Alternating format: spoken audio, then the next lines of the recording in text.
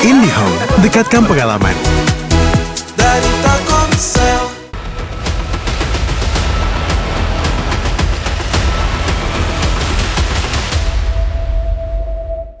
Kembali di One on One pemirsa. Tadi kalau kita simak di segmen sebelumnya, Kang Yat ada sampaikan bahwa kemudian ada ketidaksinambungan antara penataan kota, ruang kota, dan juga kemudian ruang air. Yang boleh menyebabkan sejumlah wilayah di Jakarta jadi rawan banjir. Bahkan tidak hanya di 1-2 wilayah saja. Kalau kami punya datanya untuk Anda pemirsa, kami tampilkan di layar kaca. Ini bahkan wilayah rawan banjir, ini bahkan berada di setiap wilayah di Jakarta. Jakarta Barat, kemudian Jakarta Selatan, Jakarta Timur, Jakarta Utara, lengkap di sana Kang Yat. Anda bisa jelaskan mengenai data-data ini Kang? Sebetulnya ini pemetaannya dari kasus-kasus di beberapa aliran sungai di Jakarta. Jangan-jangan ya menurut saya, ini memang permasalahan ini disebabkan master plan banjir Jakarta, pengendalian Jakarta yang dibuat di Nedelco, hasil konsultan Nedelco tahun 73, itu sudah tidak sesuai lagi dengan kondisi sekarang. Karena sudah semakin banyak daerah rawan banjir. Itu misalnya dibuatlah review oleh JK tahun 97. Dan keharusannya adalah meningkatkan kapasitas sistem pengendalian itu 3 kali lipat. Sistem pengendalian artinya? Kapasitasnya. Sungai? Sungainya. Misalnya satu, kita baru memulai menata normalisasi ribut dengan naturalisasi misalnya kan. Maksud saya itu udah nggak mendukung sekarang ini. Perluasannya dari mana udah nggak ada. Pertama kapasitasnya kan? Dulu, daya tampungnya. Jadi pertanyaan gini, siklus hujan itu makin lama makin tinggi. Hujan ekstrim sering terjadi. Kita bayangkan aja ketika ekstrim terjadi di Bogor atau kemarin di Bekasi sama Jakarta Timur, tenggelam semua karena memang harusnya master plan yang dibuat tahun 73 direview tahun 97 itu harusnya menjadi program bersama antara pemerintah pusat dengan pemerintah daerah. Jadi pertanyaan itu kan udah satu masalah bahwa sistem pengendalian banjir kita sudah tidak handal. Itu kata kunci. Tidak handal lagi? Tidak handal. Itu yang harus direview. Udah direview sebetulnya. Tinggal eksekusinya tuh terlambat dengan persoalan tanah, persoalan konflik kepentingan, perbedaan konsep. Makanya saya mengatakan kalau menyelamatkan Jakarta satu-satunya lakukan apa yang sudah hasil kajian yang sudah tinggal aksi. Itu kayak pesan presiden. Kedua, apa yang bisa kita lakukan ketika misalnya ya tanah di Jakarta ini udah semakin terbatas, ya kan? Hampir RTH-nya sudah. Itu dia. Itu udah fakta lah yang kita udah alami seperti itu. Nah, jadi memang pemikiran kita adalah di darat kita terancam, di laut kita punya masalah. Jadi pertanyaannya, kalau misalnya nih banjir di sini pasang, selesai udah sebetulnya. Maka saya punya pertimbangan bagaimana sebetulnya sesuatu yang sudah ada ini bisa ditindaklanjuti dengan program-program yang konkret bisa dieksekusi. Oke, Kang Yat, kalau Anda tadi sampaikan kita harus kemudian mengeksekusi ya hasil dari 93 itu bahwa kemudian bagaimana 97 itu bagaimana kemudian sungainya ditingkatkan kapasitasnya 3 kali lipat. Sedangkan Anda juga sampaikan bahwa sebenarnya kita sudah tidak punya lahan lagi ibarat di Jakarta. Bagaimana ini bisa terjadi? Pertama begini, kita sudah sulit mendapatkan ruang hijau. Run of air itu sudah di atas 1, jatuh, pleng. Akibatnya kalau nanti Desember, Januari, Februari, CLBK kayak langganan udah. Cucian lama belum kering itu kembali lagi kita bahas ini kan. Artinya apa? Ketika curah hujan tinggi, sistem drainase kita buruk, air tidak tertampung, larinya ke jalan. Sementara kapasitas kita pengurukan, normalisasi, pelebaran, bahkan membuat kolam retensi itu terbatas, otomatis ya tinggal hitung-hitungan aja kan. Oke, artinya kalau kemudian drainasenya kan selama ini kalau kita tahu setiap banjir kemudian pemerintah pasti akan sampaikan, oke kami perbaiki drainasenya, rumah pompa, hal-hal semacam ini. Kalau kemudian hal semacam ini dilakukan tapi juga kapasitas sungainya tidak ditambah, kemudian ruang retensinya juga tidak ditambah juga, percuma dong. Pertama begini, kita mulai daripada das yang paling kritis dulu.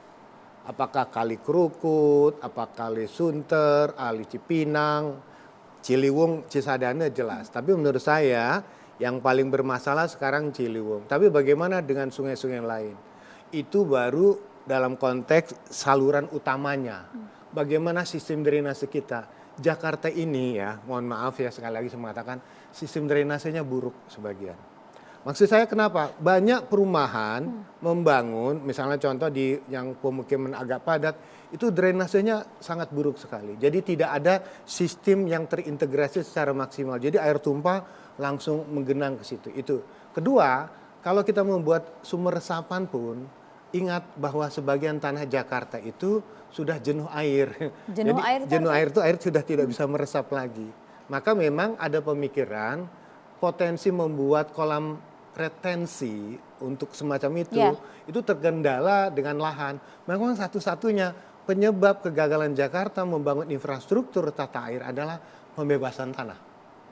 Contohnya Mau nggak mau itu ya? Itu kita Karena punya, sudah nggak ada lagi. Enggak, kita punya konflik dulu kan antara banjir Kanal Barat ke banjir Kanal Timur di Sodetan itu. Bertahun-tahun nggak selesai.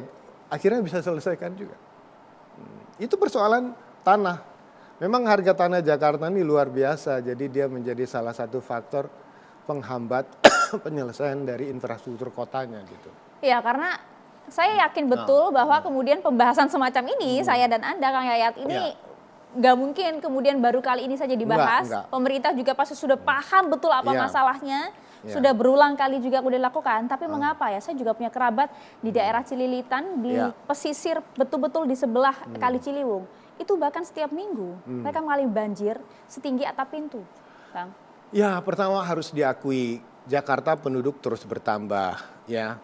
Kebutuhan air kita yang tadinya untuk 11,3 juta itu kalau siang didatangi hampir 3 juta. Para komuter yang masuk ke Jakarta menggunakan air Jakarta, membuang limbah di Jakarta. Itu satu hal dari konteks kebutuhan airnya. Kedua, penyediaan rumah. Penyediaan rumah kita sangat sulit untuk MBR karena tanahnya mahal. Makanya tanah mana yang dianggap paling aman? Ya daerah bantaran sungai. Dan itu artinya mereka tinggal di kawasan rentan bencana. Jadi persoalannya kan bukan ketidakpahaman tapi keterpaksaan. Tapi kan artinya sebenarnya pemerintah bisa dong melakukan tindakan paksa. Ya bisa memindahkan. Kita punya pengalaman memindahkan, merelokasi dari ini harus jadi dari relokasi dari bantaran sungai dipindahkan ke rumah susun. Sampai di rumah susun ada 2 penghuni. Penghuni karena program, penghuni umum. Dua-dua sama-sama banyak nunggak. Problematikanya karena persoalan sosialnya. Jadi ketika dipindahkan pun pemindahan itu secara ekonomik, secara sosial, mereka kadang-kadang tidak siap di rumah susun. Jadi walaupun itu kan hampir dari 2010 sampai sekarang hampir 100 miliar tunggakan itu. Jadi problemnya begitu banyak, tapi pertanyaannya harus satu-satu menurut saya. Bukan saya menambahkan masalah, harus ada sinergi. Contohnya mohon maaf ya, dulu di zamannya Pak Basuki, Pak Ahok dulu misalnya. Saya mau menata sungai nih, ya kan. Saya dalam 5 tahun kepemimpinan saya harus terbangun 50.000 unit rumah susun. Artinya unit. Setiap tahun 10.000. Artinya apa? Yang dilakukan adalah merelokasi dari mereka di rawan bencana itu. Cuman pertanyaannya ketika dipindahkan belum ada program pendamping dalam konteks pemberdayaan ekonominya. Misalnya contoh, kenapa mereka tidak bayar? Ternyata tidak ada yang bekerja. Bisa nggak mereka yang pindahkan ke rumah susun itu salah satunya menjadi PPSU, ada parkir, dikasih tempat usaha, minimal bisa membayar iuran lah. Nah itu juga kita dorong supaya relokasi pemindahan pun diiringi dengan pemberdayaan ekonominya. Jadi yang tinggal ke rumah susun pun betul-betul mereka siap ikut pindah dan merasakan bahwa mereka pun diberikan garansi ketika ada anggota keluarganya yang bisa membayar sewa atau menghidupkan ekonomi. Jadi menurut saya penanganan banjir Jakarta tenggelam bukan persoalan teknis aja. Harus ada sinergi, kekompakan, soliditas untuk apa? Membangun penanganan masalah tidak hanya pada sisi teknisnya tapi pada sisi kemanusiaannya dan harus ada contoh-contoh keberhasilan. Oke, seperti Anda sampaikan bahwa memang lagi-lagi sistem drainase, sistem tata airnya memang buruk di Jakarta. Bahkan fakta BRIN yang membuat kita juga tercengang gitu ya, Jakarta akan tenggelam pada 2050. ini pasti kan pemerintah sudah sadar ya akan Ya. ancaman-ancaman ini. Tapi Ya. kita bisa nggak menaruh harap kepada pemerintah saat ini kalau Anda lihat Jakarta? Pertama begini, bencana itu datang ya pertama satu ya kalau banjir biasanya pada saat musim penghujan. Pasang laut ya terjadi ketika awal bulan dan tengah bulan. Kan kita lihat berapa besar tingkat degradasi lingkungan yang terjadi dan berapa besar potensi bencana itu mengancam. Jadi yang sebetulnya harus kita mitigasi adalah pendekatan pada hal-hal yang diprioritaskan. Seperti saya katakan tadi, review dari JIK, master plan-nya banjir harus diperbaiki. Di mana itu didahulukan? Oke, pertanyaan saya, Kang Yayat, pemerintah kita paham tentang itu nggak? Mungkin akan dilakukan nggak? Nah, Oh, saya menurut kalau Anda? yakin serius bisa. Tapi pertanyaannya menjadi program prioritas atau tidak? Apakah banjir ini dianggap sebagai bagian dari hidup kita di Jakarta? Kalau Anda lihat selama ini berbagai program-program yang ada, Ya lebih banyak ya kita lihat aja nanti gitu kan. kok ada pesimis Kang Yayat? Bukan saya pesimis, saya nggak pesimis.